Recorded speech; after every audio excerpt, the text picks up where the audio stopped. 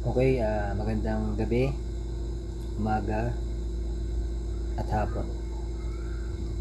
So, yun lang,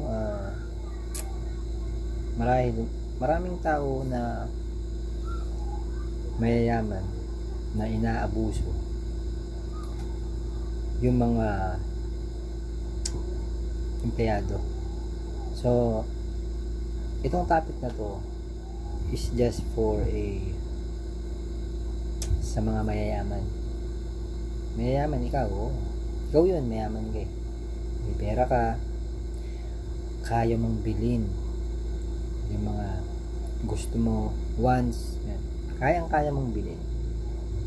Pero ang hindi alam, pero ito hindi ko nilalahat na ang mayayaman is ganito yung mga attitude. Okay? So ako, isa lang din akong hampas lupa. Mahirap, pero kaya naman magtrabaho sa sarili kong paa, sarili kong buto.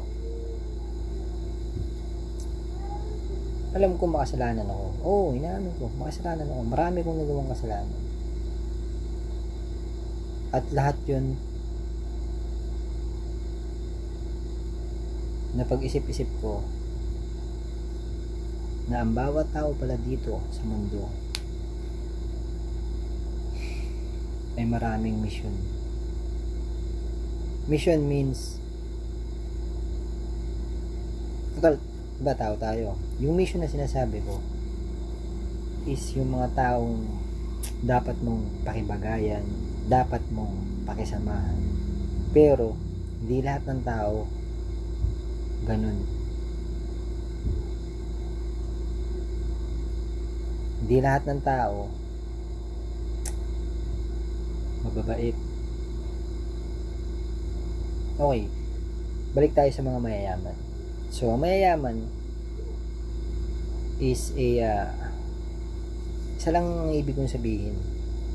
Ang mga mayayaman, hindi ko nila lahat is mga gahaman din pala. Gahaman, ibig sabihin sakim. Ultimo centavos, ultimo piso. Gusto sa kanila. Ang hindi ko lang matanggap sa mga mayayaman na abusado is yung konting pagmamahal ba sa kapwa. Kaya ikaw yumaman dahil sa mga business na wants mo, na gusto mo, mas lalong dumoble pa yung pera mo. Yung mga batang mayayaman, isa magagahaman yan. It means magmamadali sila kumita, magmamadali sila na lahat naman ng mayayaman, yung ibang mayayaman, yung iba gusto nila dumoble agad yung pera nila. Pero ang hindi nila alam, habang dumodoble yung kasalanan ng mga mayayaman na yan, dito sa lupa, dito sa ginagalawan ng bawat tao, sa mundong to, sa tinatapakan mo, sa mga nakikita mo na kaya mong bilhin. Ito lang, sa kabila ba, hindi sa kabilang bahay, sa kabilang buhay, is yung mayayaman na yan, ito lang tanong ko, is yung mayayaman na yan matatanggap kaya sa taas niya? Yun lang, hindi ko nilalahat, okay? So kasi yung ibang mayayaman, ang sinasabi nila na kaya kong bilhin yan, kaya kong gastusan yan dito sa lupang ito, sa mundong to, sa kinikilusan mo, sa nilalakaran mo, sa napupuntahan mo, yan, kaya mong bilhin yan dahil mayaman ka eh, may pera ka. Ito lang ang isang tanong na bibigat sa kanila. Dito lahat ng kalokohan, kasamaan na nagawa nila bago pa sila yumaman ng tuluyan dito sa mundong to, sa ginagalawan natin. Kahit ako, pero ako, isa ako hampas lupa na hindi ko naman discriminate yung sa akin. Kumbaga, wala, mahirap. Siyempre, yung hirap na yan, hindi ko pwedeng mag-focus dyan sa hirap na sinasabi nila. Iba-iba kasi tayo ng mindset. Ako mahirap, pero iba yung mindset ko. Yung iba mayaman, iba din yung mindset nila. Pero pag kinumpura mo na yan sa taas, iisa lang yan. Hindi pwedeng magkaiba. Pero, yung mga kabutihan na nagawa mo dito sa lupa, yun ang magiging daan mo. At yung mga kasamaan na ginawa mo ay babalansin ng nasa taas. Itong taong to, nasa baba pa siya, nasa lupa pa siya. Ano yung mga ginawa niya? Ano yung mga kabutihan na ginawa niya sa kapwa niya? Kahit pananalita, kasi hindi lang naman pananalita ang pwede natin. Kumbaga masasaktan ka sa salita. Pero sa physical, hindi ko rin, kasi maraming taong mayaman, naghahaman. Hindi ko nilalahat, okay? So ako, mahirap ako, nagpupursige, nagbabanat ng buto, nagtatrabaho. Yung pagtatrabaho na yan, isa yan sa mga kasama mo sa goal, sa karir mo. Dahil ayun yung experience mo. Experience, yung mga mali mo, dun ka nagiging successful. Experience, mas malalim yung experience mo sa kanila, mas panalo ka.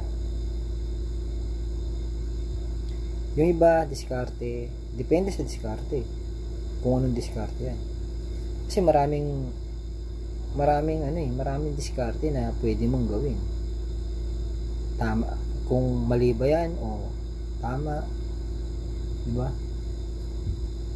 Pero kung sakaling mabaliktad man ang mundo ng mga mayayaman, ng mga mahihirap, pero hindi pwedeng mangyari. Talagang ikaw yung kikilos.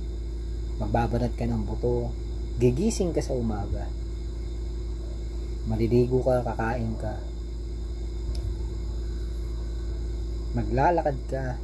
Hindi ka pwedeng sumakay kasi nga binabudget mo eh. Pero ibang mayaman, may sasakyan. Hindi naman sinasabi natin na swerte yung mga mayayaman, may pinagdadaanan din yan. Lahat man ng mayayaman may pinagdadaanan yan. Pero yung iba, sa totoo lang, ito sabihin ko sa inyo, diretsuhan. Yung ibang mayayaman, alam mo, may mga puso rin, mababait din yung ibang mayayaman. Pero yung ibang mayayaman naman, gahaman. Diba? Kaya tayo nabubuhay dahil sa pera. Gusto mong kumita, nagtrabaho ka, kikita ka. Ganun.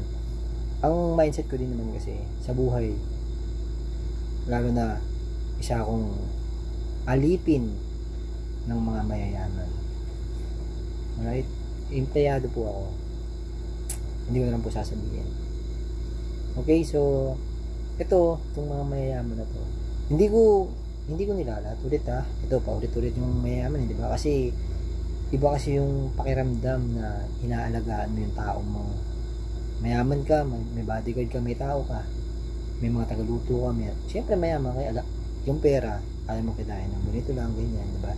Pero sana naman sa mga mayayaman, sa mga may pera, huwag po natin gawin parang i-down or manapak ng tao. Kasi, di ba, masama, kumbaga, parang ikaw, diba, alipin ka na nga, ganun pa yung ginagawa sa'yo, di ba? Hindi masakit naman yun para sa mga empleyado, sa mga nagtatrabaho. May company, yun, company. Yung company kasi, may mga patakaran din yan. Iba din yung patakaran ng trabaho na nasa loob ka. Nasa loob, trabaho nung nasa loob na. Naka-in ka, naka-duty ka, ganun. Pero yung rules naman ng mga agency na yan is magkakaiba po sila. Pero parehas yung patutunguhan o yung goal nila. Makabenta, di ba? Ganoon naman sa lahat ng business. Makabenta kayo, maganda yung benta nyo. And of course, syempre, may pagpapahalaga sa mga bawat guest. Guest, it means mga customer, yan. Pina-special things, pina-special way, things tuloy. Pina-special way, yan, guest yan. It means customers na pumapasok sa business mo, kahit saan yung business. Kailangan alagaan mo. Pahalagahan mo. Ganun. Pero, syempre, ganun pa man, Pilipinas, maraming salamat sa inyo. At gabi na dito, nasa Pilipinas ako. Yun. Pero sa mga, kung sa man to umabot ng video na to, thank you. God bless us sa inyo. So, lagi po tayong mag-ingat. Lagi tayong magpasalamat. At higit sa lahat, lagi po tayong manalig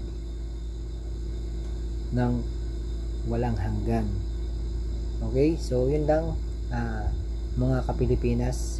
So, yun, maraming salamat sa inyo. Sa lahat na nag-aantabay ng mga videos na gagawin ko, marami pa po yan. If na may mga salita or comment, mag-comment lang po kayo dyan sa video na to. Mag-comment kayo kung ano yung mga dapat kong baguhin, pero wala naman akong dapat baguhin. It means mag-comment kayo kung yung ganito, ganyan. So, yun lang guys. Kapilipinas, maraming salamat sa inyo. Magandang gabi. Okay?